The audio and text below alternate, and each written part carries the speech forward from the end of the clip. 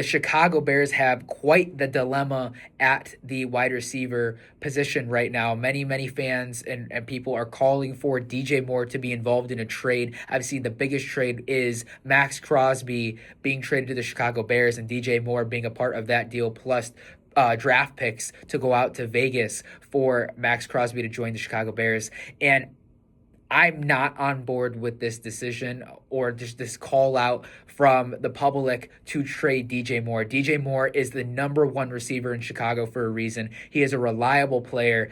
DJ Moore should not be traded to the Las Vegas Raiders or to any other team. They need to keep DJ Moore. And I'll break down the stats for why I believe DJ Moore should be the number one receiver still in Chicago by the time they start next season. In the regular season, he played all 17 games. He had 50 receptions out of 85 targets. He had 682 yards. His average for reception yards was 13.6 yards. He had 6 touchdowns. His longest reception was the 46-yard touchdown he caught in the end zone against Green Bay to win us the game against the Packers at home. He had 32 first downs. When it goes to the postseason and the playoffs, he played both games that the Bears had. He had 11 receptions, 15 out of 15 targets. He had 116 yards, 10.5 yard average.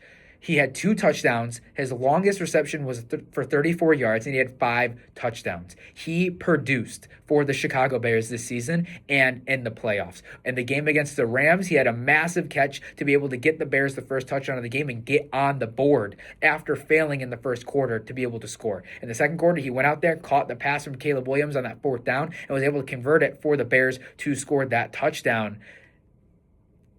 DJ Moore did his job this year.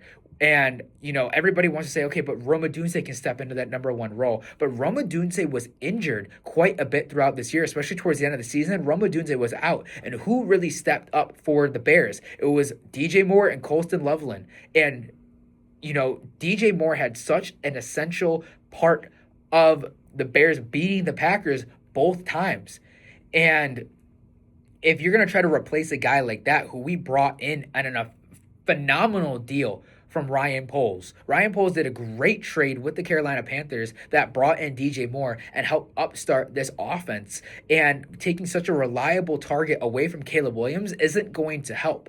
It's really not going to help the Chicago Bears. It's going to hurt because DJ Moore is able to make catches that some receivers on the Bears and some receivers in the league just cannot make. And with Rome Odunze having injury issues this year, how can you take away your first choice at receiver and trade him away, and having to rely on the fact that Rome Odunze, who's a younger player and not as experienced as DJ Moore, who is injury prone, is going to be the answer for the Bears? Yes, I want to see Luther Bird in the lineup, and he should be in the lineup, but I think there's a different way to go about that than taking DJ Moore out of the equation.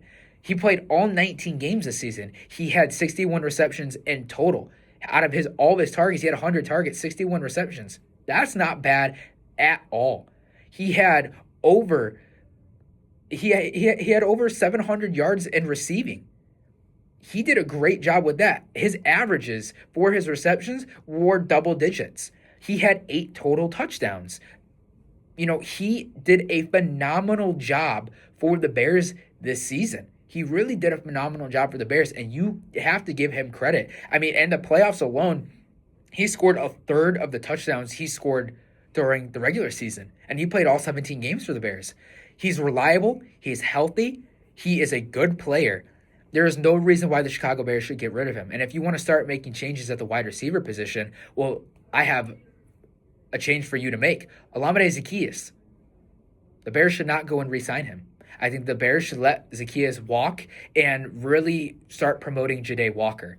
And Ja'Day Walker, he played limited snaps versus any team in the NFL. He played very limited snaps for the Bears this year, but when he did, he was pretty good. He was really, really good. His breakout game was the Packers game. He had a massive touchdown in the Packers game in the corner to tie it in the fourth quarter at the end of the game, and that really kind of helped put Ja'Day Walker in the minds of Bears fans, and then he went out against the Detroit Lions and scored another touchdown. He had 6 receptions for 10 targets. So there's only 4 targets he had where he did not catch the ball. He had 87 yards. He averaged 14.5 yards per reception. He had 2 touchdowns. His longest reception was for 25 yards, and he had 4 first downs. Ja'Day Walker putting up good numbers for limited snaps and limited contribution. And it wasn't that he wasn't able, it's just that the Bears had a good receiving unit this year, and with adding the tight ends as well, Colston Loveland and Cole Kmet, he just didn't see a lot of action.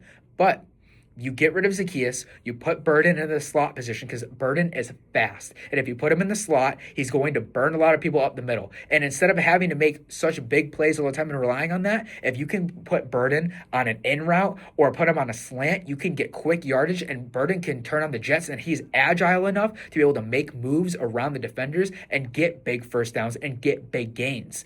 So get rid of Zaccheaus.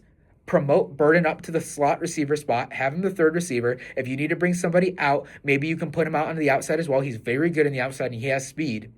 And then have Ja'Day Walker be that number 4 guy. Or if you need Burden on the outside, put Ja'Day Walker in as a slot receiver. Ja'Day Walker, I believe, is more than capable. I think he has a confidence. I think he has a swagger. I think he has the ability. And I think if the Bears can start putting him out into situations where he can make plays and be a contributor to the Chicago Bears, I think that'll really, really benefit the Chicago Bears. And it could really benefit Ja'Day Walker as well. This underrated receiver can become a massive part of that offense. And this offense is only going to get better and better next season. I really think no matter how the record reflects it, they're going to be playing against tougher opponents. They're going to have more development under the belt from the offseason and the season coming up. Caleb Williams is going to get pushed even harder by Ben Johnson. Ben Johnson's going to learn from the mistakes that were made over the season, and he's going to correct those with the team. This Bears team is going to become a better team, whether the record reflects it or not, whether they make the playoffs or they don't. They're going to have more development. Caleb Williams is going to be more developed as a quarterback, and hopefully his completion numbers do go up. But Ja'Day Walker is also going to be a part of that development, and he's only going to get better. And I think if you are going to get rid of anybody out of the receiving core, is going to be Olamide Zaccheaus. Zaccheaus was very good. He did have a phenomenal season. But Ja'Day Walker, I think, is that answer for Zaccheaus' departure and keeping in DJ Moore. You get rid of DJ Moore, you're getting rid of your number 1 receiver. You're getting rid of a reliable guy who can catch passes from Caleb Williams and make plays, especially when the lights are the brightest. But Olamide Zaccheaus, a good receiver, nothing against Zaccheaus, but if you bring in Ja'Day Walker and bring him up and put Luther Burden, I think that if you have a DJ Moore, Rome Odunze, Luther Burden, 3 wideout, plus Colston Loveland as your tight end, and then you have the dual threat with DeAndre Swift and Kyle Monangai in the backfield, I think you could be unstoppable. You have Luther Burden, who is fast, very, very fast, up in the slot. DJ Moore, a great receiver. And then you have Rome Odunze, a great receiver. Colston Loveland, who broke out this year in his rookie season, and I feel is only going to get better as long as injuries don't get in his way. Cole Kmet, who's a reliable backup to him, which we never would have thought. We would have thought that Colston Loveland would have been the backup to Cole Kmet, and he wasn't really the backup to Cole Kmet. And then in the backfield, you have DeAndre Swift, who can catch the ball very, very well. In my opinion, I think DeAndre Swift is a very good 2-way running back, where he can run effectively and he can catch effectively as well. His receptions and his rushing, I think, are very, very good. And one of the better running backs in the league with catching the football and running with it. And then Kyle Monangai is an option as well, but he's your power runner, but he makes a catch, he can try to make something happen out of that catch as well. But you have that set like that. The offensive line, who looks really good right now. I think maybe left tackle might be the only improvement needed to be made. And then Caleb Williams, who's going to keep developing. This Bears offense can really be something. But it all starts with keeping DJ Moore. You have to keep DJ Moore. And DJ Moore is the number 1 receiver in Chicago. It would not be smart to get rid of DJ Moore at all.